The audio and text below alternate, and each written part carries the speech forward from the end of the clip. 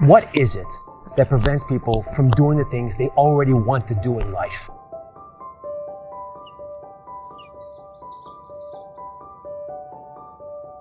The most basic answer, I'm sorry it's so simple, but it's true, it's fear. People making this complex process, this woman was telling me that I don't understand why they don't do this, why I feel this way. I said, it's called fear. Everybody's afraid we're not enough. Everybody's afraid we're not rich enough, smart enough, young enough, quick enough, fast enough. It's human nature. But the secret is to do it anyway. I know that sounds so simplistic. My work when I'm working with somebody is showing them how to condition themselves, like building a muscle, so that you take action first, automatically. Because if you don't do that, it's hard. You lose momentum. It's like, how do I get started? Where do I go? Do anything to start the process of moving forward rather than let fear stop you.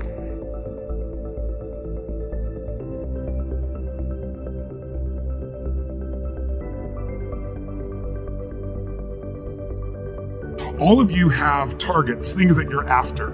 If you're going to get a new result, if you're going to grow your business, if you're going to be able to support your mom, if you're going to get rid of the anxiety, if you're going to be able to overachieve and not have all that fear inside of you, you obviously need to get a new result. You're going to have to get new action. You don't get new results with old actions doing the same thing. What human beings can do is amazing. What they will do is usually disappointing. It's not because we're not capable of it. It's because we don't have new actions because we get in certain emotional states that dominate us, like anxiety, like fear of failure, right? Like fear of the loss of your mother as an example. So if you're in a state of fear, you're going to behave very differently and get very different results than if you were in a place of being courageous or bold or warm or connected or playful, any of those. So the most important key to changing your life in any situation is to change results, you got to change behavior. But to change behavior, you got to change the emotional state you're in. Now, how do you do that when you don't feel like it or it feels overwhelming? There are two ways, and I've done this with the greatest athletes in the world. I've done this with 4 different presidents of the United States. I've done it with billionaire clients. All you have to do to change your state is not try to think your way there, like I'm happy, and do a bunch of affirmations. Your brain's gonna go BS, you are not happy, right?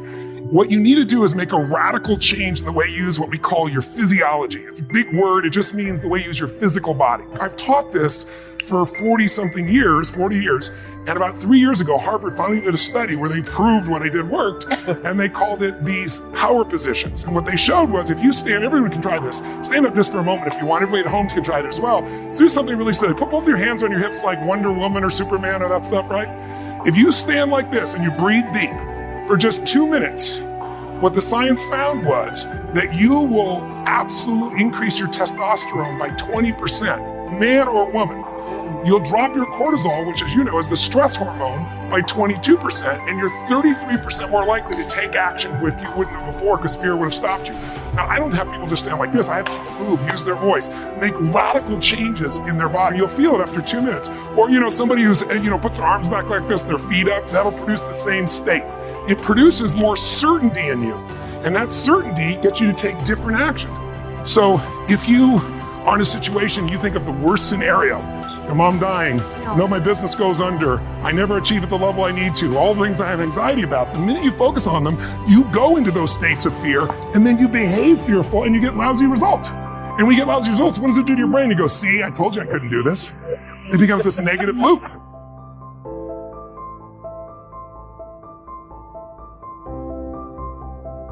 So how do we break out of it?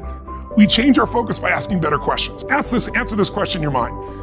What is it in your life that you're proud of? If there's something you could feel really proud of right now by focusing on it, your children, yourself, something you accomplished, you did, how many think of something you could feel proud of? And I don't mean fake pride, ego pride, like where you're making things up. I mean, well, you really did something you're proud of. Good. Right now, close your eyes and focus on how it feels when you're really proud. Focus on that moment you're proud of. How do you breathe when you feel really proud? And if you're a little kid, what happens to your face when you're really proud? You don't hide it, right? There's that big smile on your face.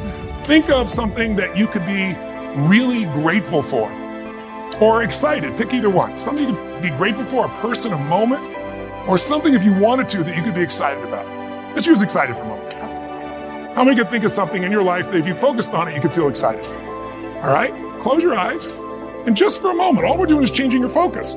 Focus on what could excite you. Feel like it's really happening. Your mom's healing, you break through in the business, you're achieving the level you want. Anxiety is rid from my life. I'm on charge, I'm on top of it. How do you breathe when you feel really excited. Yeah. So if we change the state you're in, just by changing our focus or the way we use our bodies, it's got to be a radical change, right? Here's my question for all of you.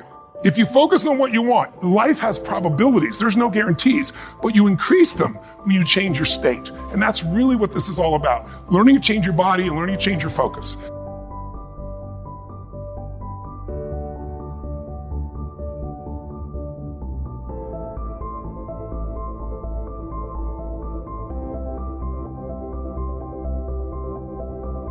If somebody's really stressed out, they're not stressed out for no reason. It's because they're focusing on something that makes them feel stressed. They often, when they're focusing on it, it changes the body. You start to feel tight. You start to feel a certain way. And then they use language like, I don't know what to do. Why am I so overwhelmed? So if we change what we focus on, if we change the way we use our body, if we change our language patterns, we'll instantly feel different. Think of how do people use their body when they're worried versus when they're excited. If you learn to use your body first, use your focus first, you can literally change how you feel in moments, and then you develop new habits where you start to feel good all the time, and it isn't some phony fake pump up. It's literally the way you've conditioned your body. Just like being fit as an athlete, you want to be emotionally fit. If you want to break through, not just a little change, you can change laterally. You can go from being pissed off to frustrated. Right. Doesn't help you much, right? But if you really want to change, most people are trying to change. Say you want to lose weight, they want to make money. They go, how do I do it? They look for the strategy. But I'd like you to think of 3 S's. Strategy is where most people go first. Like, how do I do it? But how hard is it really truly to be fit and have energy? It's not that complex. It's not like reserved for the 1% or expensive to learn. You have to interrupt, you have to hide from answers to those things. The real problem is the second S, story. They have a story that says it's a set of beliefs they tell themselves over and again. I've tried everything. Or if they're single, all the good ones are gone. Whatever the story is. And if you tell yourself a story over and over again, so we convince ourselves. You always come up with a lousy story when you're in a lousy state. And so the number one thing I show people to do is how to change their emotional state. When you're feeling tired or frustrated, when you learn how to change your body so that you really feel excited and isn't fake, when you learn how to change your biochemistry, which is what I teach people to do, when you're upset with someone, do you ever notice how you can now remember everything that they've ever done that ever upset you? Right? Yes. But when you're in love, what's wrong with life? What's wrong with anything? When you're in love, we have no money. Who cares? We're in love. Right? So your emotional state controls the story you have about your life, and then your story determines whether you find a strategy, or even if you know the strategy, whether you really do it or not. When people say I tried, what they're really telling me is I have a story that says I should try this, but it's really not going to work. So I give it a half-reared attempt and it didn't work, and now I can tell people I tried. What you really got to do is learn to change your emotion, your state, change your story, and then you can find the strategy, or you can make the strategy to work. I constantly believe you got to feed your mind and challenge your body, because the mind-body works together. What stops people, as we said, is fear. Well, fear is physical. You feel it in your throat, your gut. But if you do something really physically strong on a regular basis, you develop a new emotional habit. And that emotional habit will get you to follow through and do things differently that people won't do. It's really not that complex. There are a few habits in your life that truly could change your whole life. I start every single day with this process called priming, training my brain to be in a peak state. So what I do every day is I prime myself for what I want rather than letting the environment control me. We've all had times when you snapped at somebody and you felt bad because it wasn't them, it was the state you're in, right? Well, there's no excuse for that. If you prime yourself, you set yourself up. But the way I did it is I do this process. It's 10 minutes, I put some music on, I do this massive change in my breathing so it radically changes the way I feel. And then I do this 3-step process. First, I do 3 minutes of gratitude where I think of 3 things I'm really grateful for, and I associate, I don't think of it up there, I feel it. And the reason is, when you're grateful, you can't be worried. You can't be fearful. When you're grateful, you can't be angry. And anger and fear are what screw people up most in their relationships, in their life, in their business. So I wire myself. I was saying to you that most people want to be happy, but their habit is to be worried or pissed off or frustrated or stressed. And so they've got a highway to stress and they got a dirt road to happiness. So I wire myself. I've got a highway to gratitude, which changes all your emotions. And then I do a 3-minute process of kind of a prayer for my family and friends. And then I do a 3-minute process of the top 3 things I want to accomplish. I see it as done and I feel it. And I'm done in 10 minutes. So sometimes I go 20, but my deal is 10, so there's no excuse not to do it.